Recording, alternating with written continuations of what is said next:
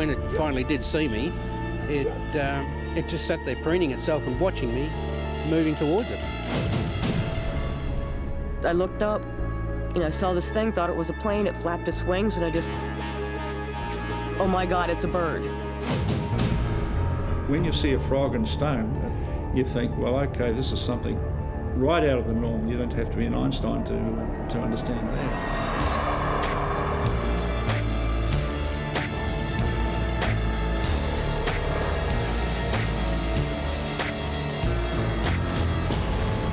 Could huge black birds inhabit a forbidden forest? And how can frogs survive entombed in stone? Animal X explores the weird world of animal mysteries. First to the Southern Hemisphere to investigate claims of a strange lion prowling the outback.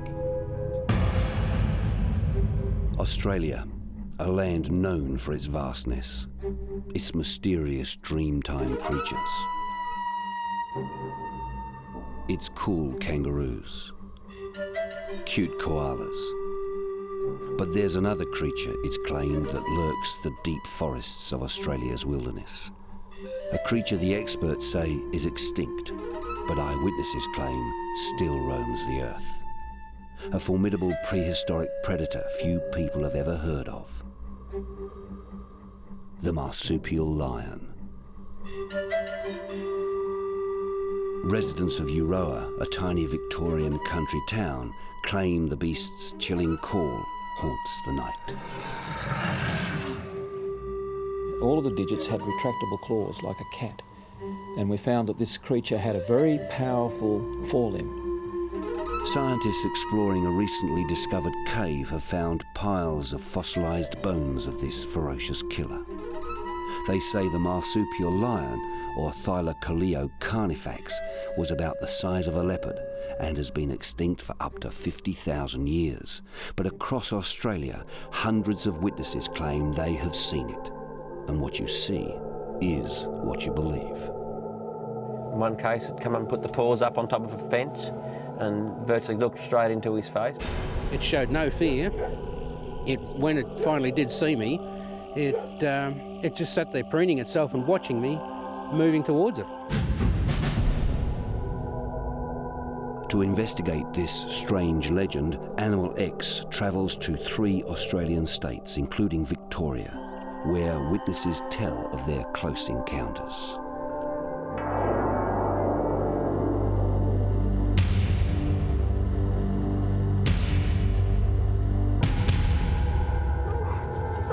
In country Victoria, Neville Smart is known as the region's big cat hunter. Running a pack of hounds, he hunts the legendary lion said to stalk the land. The bushman says he has looked the beast in the eye and backs up his claim with a paw print. It shows 5 digits with a claw-like thumb. This is his foot print as he went through the swamp, running away from me and my horse. He left that print, which I've shown to a lot of experts, and they say that is a new species. This is the carcass of a sheep that farmer George Mackerel claims is a victim of a marauding marsupial lion. He says the bones have been picked clean. That is typical of how you will find your carcass in the paddock after a kill. He says these strange teeth marks match the biting pattern of the marsupial lion. Eyewitnesses build their impression of the beast from what they see today.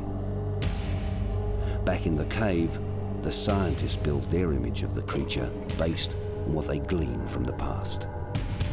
Professor Wells from South Australia's State University is considered an expert on the lion. In 1969, he headed a scientific team that made an awesome discovery at this underground chamber at Naracoorte in South Australia. For thousands of years, it had been a silent, secret den of death, littered with marsupial lion bones. Sitting here and in the loom of the carbide lamps, seeing what looked to be rocks on the sediment floor behind us, gradually turning into skulls with teeth on them, and the realisation that we had indeed staggered on a phenomenal deposit. In a way, it is a chamber of death. The reason that we have all of these animals accumulated in the cave is that they fell down a hole from the surface, a pitfall trap. The pitfall trap was a natural soak hole. 30 years on, inch by painstaking inch, this chamber gradually gives up its secrets. In fact, we now know how it caught its prey. It didn't do it with the reduced canine teeth, which were virtually insignificant. It did it by leaping out and grasping the prey. And it could then stab them with those lower incisor teeth and then shear off great pieces of flesh with the big shearing blades. In Western Australia, scientists have just unearthed 2 new skulls. Dr. John Long is a paleontologist at the State Museum. He believes the skulls could be the discovery of a new marsupial lion species. It's very exciting for us because we haven't done a detailed study of the material, but at first glance they could be something completely different. It could even be a Western species of Thylacoleo. Although the experts insist the marsupial lion is extinct, for decades others have believed otherwise, and men have organised hunts to capture this super predator. They have all been outsmarted, except one, Dennis Wright from the country town of Maryborough in Victoria.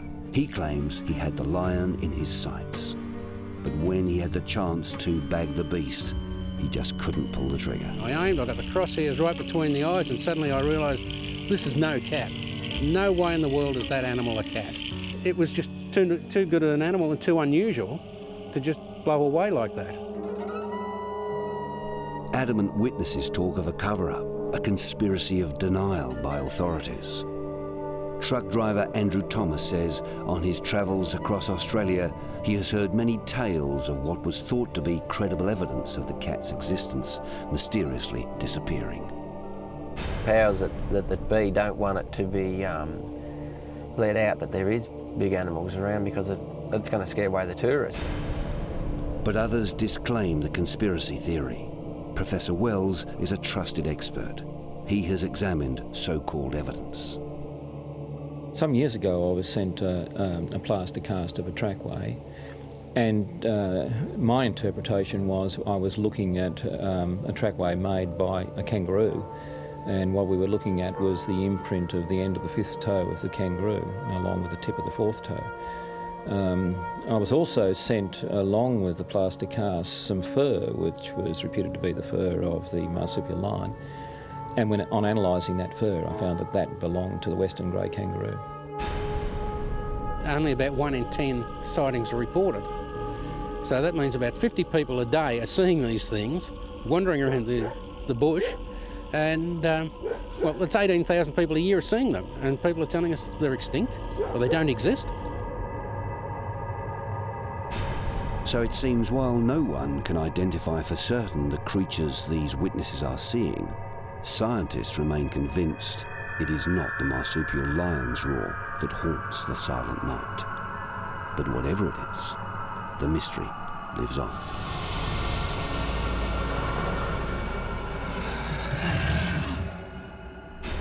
From mysterious marsupials to frightening feathered creatures, after the break, Animal X investigates the mighty Thunderbirds, avian giants said to haunt Pennsylvania's eerie Black Forest. And then all of a sudden I looked up and there it was, right above the trees that you see behind me. I could not get over the immensity.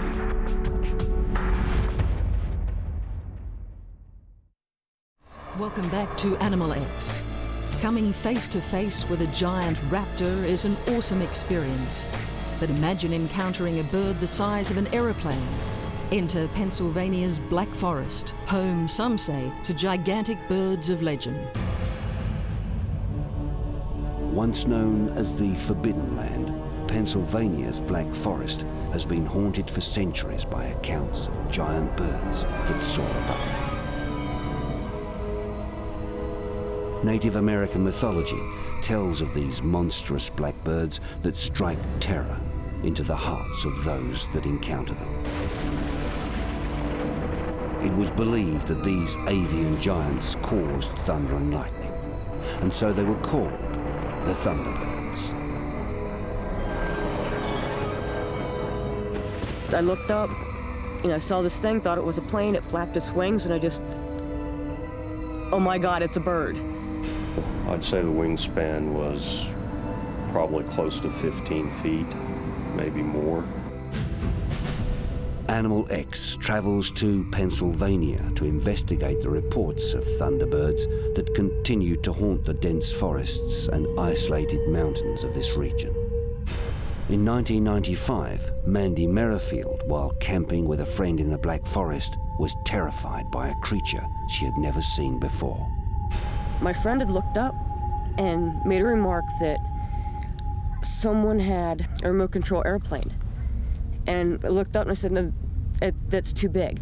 And as I'm saying this, I'm thinking, there's another bird with it. Birds do not fly near airplanes. And just as I was, thinking that, it flapped its wings, just once.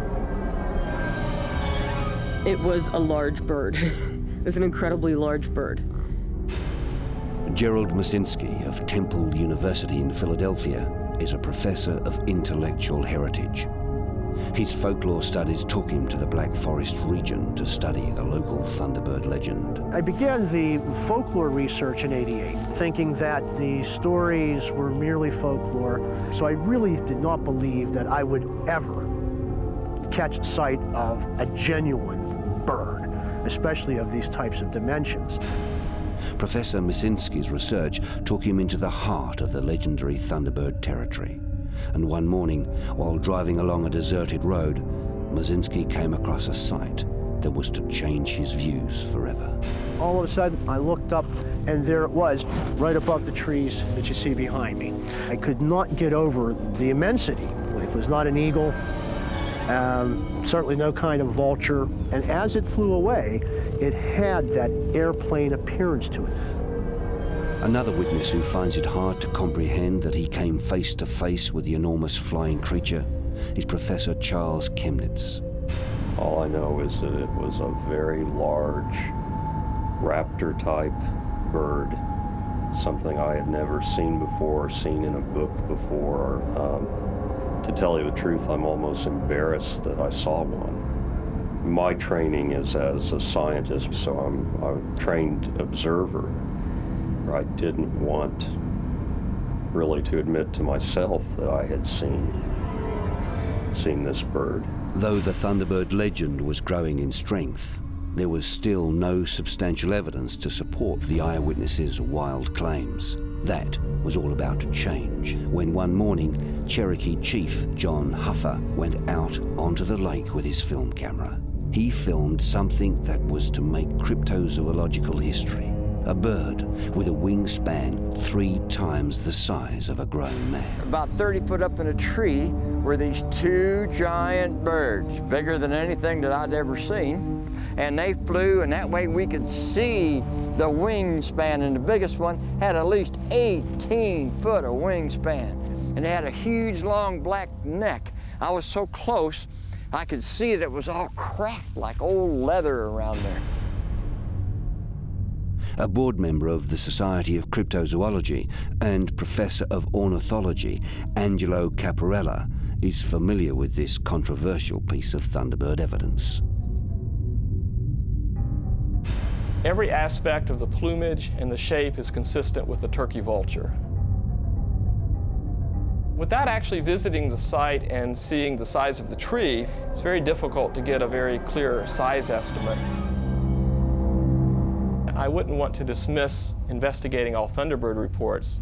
I don't really see any possibility that they are a new species, new to science, but they could be some known species that are moving outside of their usual range, and that's always of great interest to ornithologists.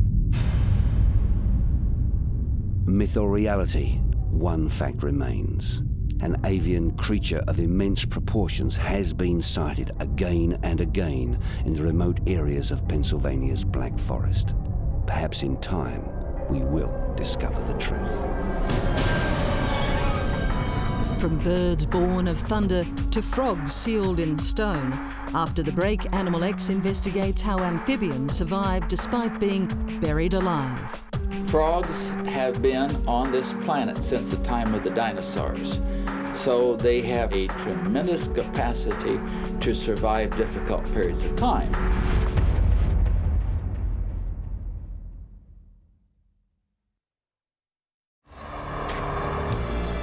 Welcome back.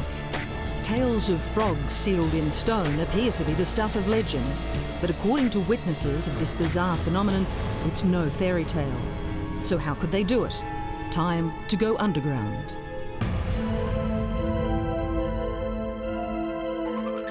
The natural world is full of remarkable occurrences, and its inhabitants often have an amazing propensity to survive even the most adverse conditions. One of the most perplexing tales the natural world has to offer is that of live frogs emerging from stone. Is it possible that the frog is such a great survivor, it can endure being held captive in a rock formation? There have been hundreds of recorded accounts throughout the world. Are they all mistaken, or is there a plausible explanation for this puzzling phenomenon? When you see a frog in stone, and this, as I say, it's sedimentary mudstone, you think, well, okay, this is something right out of the normal. You don't have to be an Einstein to understand that. It's very, very troubling to try to get a handle on how long frogs could possibly survive. Frogs have been on this planet since the time of the dinosaurs. So they have historically had a tremendous capacity to survive difficult periods of time. Animal X travels to Taronga on the North Island of New Zealand after tracking down one of the only living eyewitnesses in the world to free a live frog from its rocky tomb. Laurie Andrews is a railway bridge inspector. In 1985, he was working at Waikata when he made a remarkable discovery. We were 1,000 feet above sea level, and as I say, we never seen any frogs in the time that we were there. We were there for about 3 years, or the time after. As Mr. Andrews was excavating for the railway line, the falling rocks freed not one but 2 live frogs, alive and well despite being 10 feet below ground. How did they get there, and how long had they been there? It was a puzzling mystery that still baffles Mr. Andrews to this day. Don't ask me why they weren't crushed and how they can't breathe and things like I wouldn't know. Got to be better minds than mine to find that out. Mr. Andrews' finding is not an isolated case. What does science make of this? Professor Mike Tyler from the University of Adelaide in South Australia is an amphibian expert who has studied frogs in great detail for many years. What is so peculiar about the stories of frogs being found in rock are that the stories are so universal. In Polish and Czechoslovak, former Czechoslovak folklore, there are stories of this sort of kind. You go to Russia and people will tell you about them. Come to Australia, England, doesn't matter where you are, people will tell you these sorts of stories. And in Australia, there have been recoveries in the 1930s and 1950s, but the methods by which buildings are constructed has changed. Instead of having guys down there with a pickaxe whacking away at rocks, you've now got vast, enormous pieces of mechanical equipment. And so it may be argued it's not surprising if frogs are in rock that they're not being found today. I guess the simplest explanation would be there had to be some sort of crack there before or some aperture enabling the frog to get into the space. It then some of the early people describing this phenomenon said that flies would be attracted by its putrid odour, and so they feed on these creatures and get bigger and bigger and eventually are unable to get out through the means by which they got in. That, I think, is the only sort of explanation that'll hold up. Professor Robert McKinnell of the University of Minnesota is one of the world's leading amphibian experts. He has been studying frogs since 1958. I come from the Ozarks in North America. That's hillbilly country. And we have all kinds of folk tales about people opening up the cornerstone of a church that is 100 years of age, and out hops a toad that's been there for 100 years. I would say that is exactly as I labeled it, folklore. Could there be a possibility that animals would withstand prolonged periods of desiccation or dryness? I could not be persuaded to believe that they would survive for long periods of time. A discovery made by 3 schoolboys in Rhyl, North Wales, provided strong evidence to support the theory that the frogs crawl into a hole when they are small and grow too big to get out until they are freed by human intervention. We were all picking up bits and pieces, emptying out the cans of pop, and inside the one I picked up, there was something that didn't want to come out, so I had a look inside and there was a frog in there. We just think it had crawled inside the can when it was obviously very small, grew too big to get out on its own. Could this be the answer to this strange occurrence? Or are frogs even more remarkable than we are giving them credit for? Could it be that they can hibernate for hundreds of years and emerge unscathed? Science says no, but Animal X is not convinced.